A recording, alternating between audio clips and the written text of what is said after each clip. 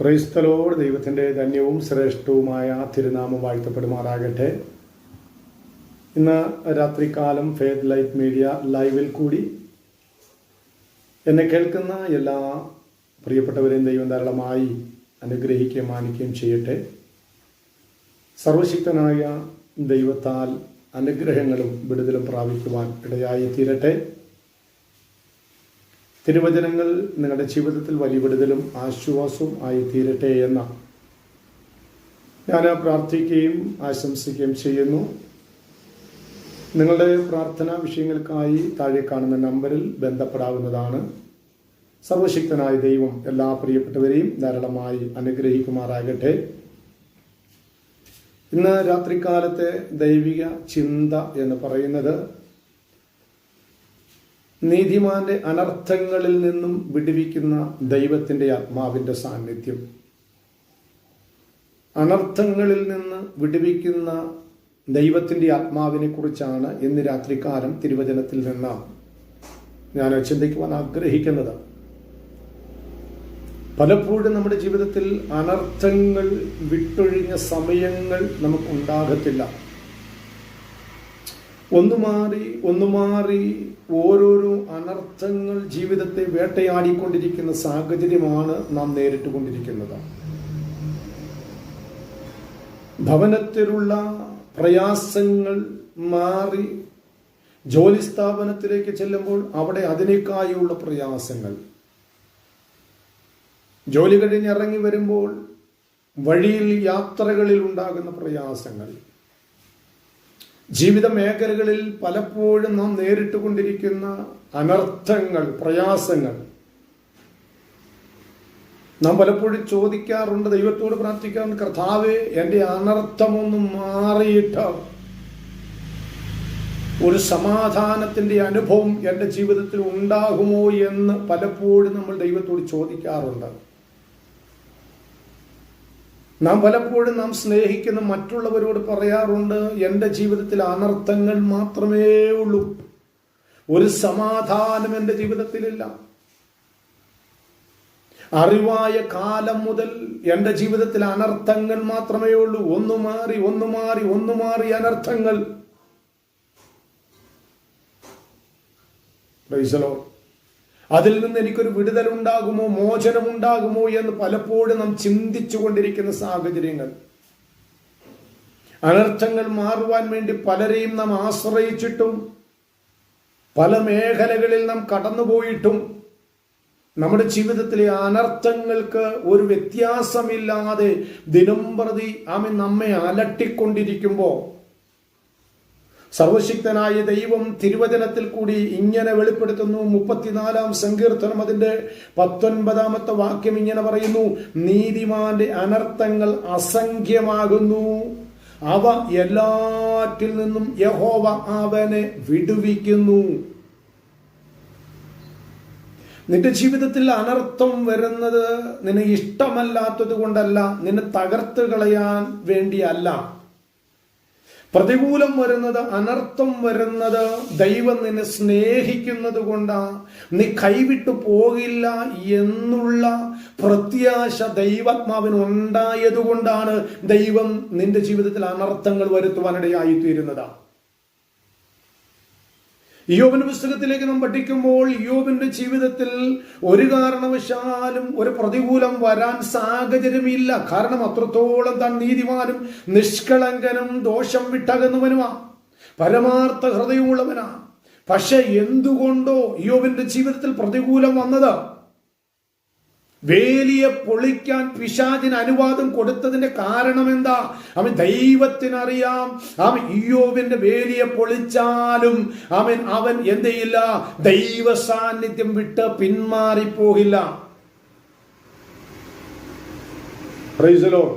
ദൈവത്തിന് ഇഷ്ടമുള്ളവരുടെ ജീവിതത്തിൽ ചില പ്രതികൂലം വരുന്നതിന് കാരണമെന്ന് പറയുന്നത് നിന്നെ തകർക്കാനോ നിന്നെ ഉടയ്ക്കാനോ നിന്നെ പരാജയപ്പെടുത്തി കളയാനോ അല്ല. ദൈവം നിന്നെ സ്നേഹിക്കുന്നത് കൊണ്ടാ.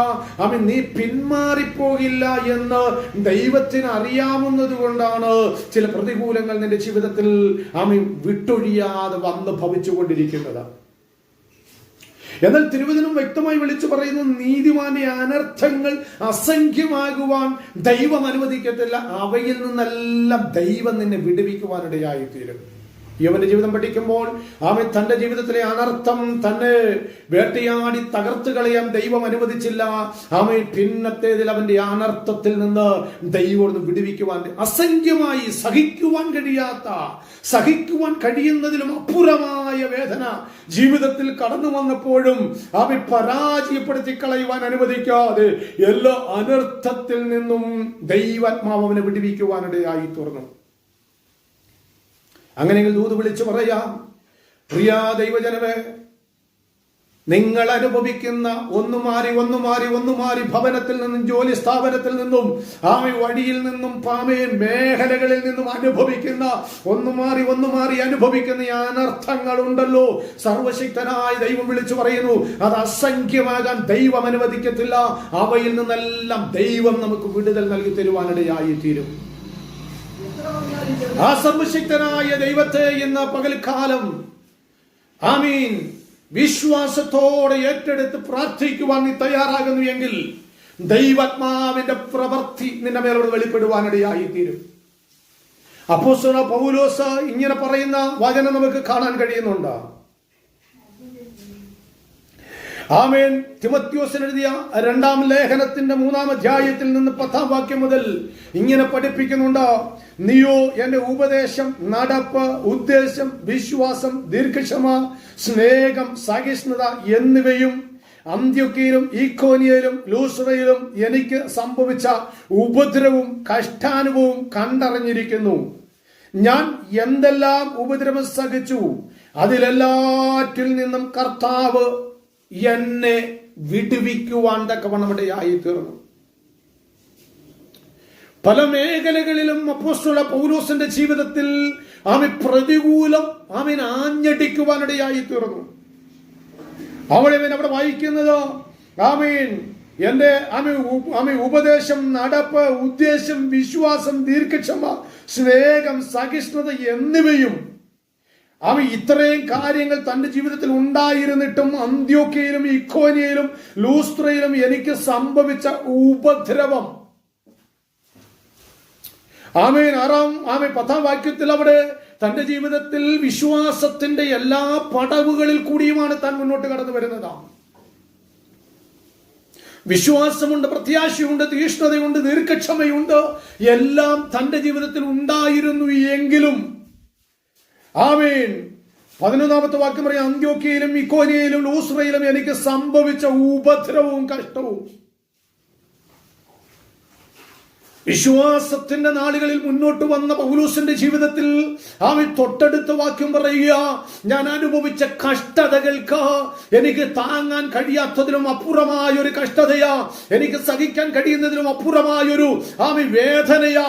പക്ഷേ എന്റെ ദൈവം അതിലെ എല്ലാറ്റിൽ നിന്ന് കർത്താവിനെ വിടുവിച്ചു. എല്ലാ പ്രതികൂലത്തിൽ നിന്ന് ദൈവാത്മാവ് എന്നെ വിടുവിക്കുവാൻ തക്കവണ്ണമിടയായി തീർന്നു. അങ്ങനെയെങ്കിൽ പ്രിയമുള്ളവരെ, ഇന്ന് രാത്രികാലം ദൈവിക ദൂത് വിളിച്ചു പറയാ, നീ അനുഭവിക്കുന്ന പീഡനം എന്തുമായിക്കോട്ടെ, അത് സമൂഹത്തിന്റെ നടുവിൽ നിന്നുള്ള പീഡനമാണോ, നിന്റെ ഭവനത്തിന്റെ അകത്തളത്തിൽ നിന്നുള്ള പീഡനമാണോ, നിന്റെ ജോലി സ്ഥാപനത്തിന്റെ അകത്തളത്തിൽ നിന്നുള്ള പീഡനമാണോ, നീ സ്നേഹിക്കുന്നവരിൽ നിന്നുള്ള പീഡനമാണോ, നിന്റെ തലമുറകളിൽ നിന്നുള്ള പീഡനമാണോ, നിന്റെ സഹോദരങ്ങളിൽ നിന്നുള്ള പീഡനമാണോ, നിന്റെ മാതാപിതാക്കളിൽ നിന്നുള്ള പീഡനമാണോ, സർവശക്തനായ ദൈവം ദൂത് വിളിച്ചു പറയുന്നു, അവയെല്ലാറ്റിൽ നിന്നും ദൈവം നിന്നെ വിടുവിക്കുവാൻ തക്കവണ്ണമിടയായി തീരും. നീതിമാന്റെ അനർത്ഥങ്ങൾ അസംഖ്യമായാലും നീ ഭാരപ്പെടരുത്, നീ പ്രയാസപ്പെടരുത്, നീ നിരാശപ്പെടരുത്. ആ സർവശക്തനായ ദൈവത്തിന്റെ മാറോട് ചേർന്ന് നിൽക്കുവാൻ നീ തയ്യാറാണോ? നിന്റെ അനർത്ഥങ്ങൾ എത്ര പെരുകിയാലും ദൈവാത്മാവ് അതിൽ നിന്നെല്ലാം നിന്നെ വിടുവിച്ച് ദൈവം നിന്നെ അനുഗ്രഹിക്കുവാൻ തക്കവണ്ണമിടയായി തീരും. അനർത്ഥങ്ങളുടെ നടുവിൽ നിന്നെല്ലാം വിടുതൽ നൽകി തന്ന് സർവശക്തനായ ദൈവം നിന്നെ മാനിക്കുവാനിടയായി തീരും. ആ സർവശക്തനായ ദൈവത്തിന്റെ കരങ്ങളിൽ, അനർത്ഥത്തിൽ നിന്ന് വിടുവിക്കുന്ന ദൈവത്തിന്റെ കരങ്ങളിൽ, പ്രത്യാശയിൽ നിന്ന് നിലനിർത്തുന്ന ദൈവത്തിന്റെ കരങ്ങളിൽ ഇന്ന് രാത്രികാലം ഏൽപ്പിച്ചു കൊടുക്കാം. ഈ തിരുവചന ചിന്തകളാൽ ദൈവം നമ്മെ അനുഗ്രഹിക്കുമാറാകട്ടെ. സ്തോത്രം.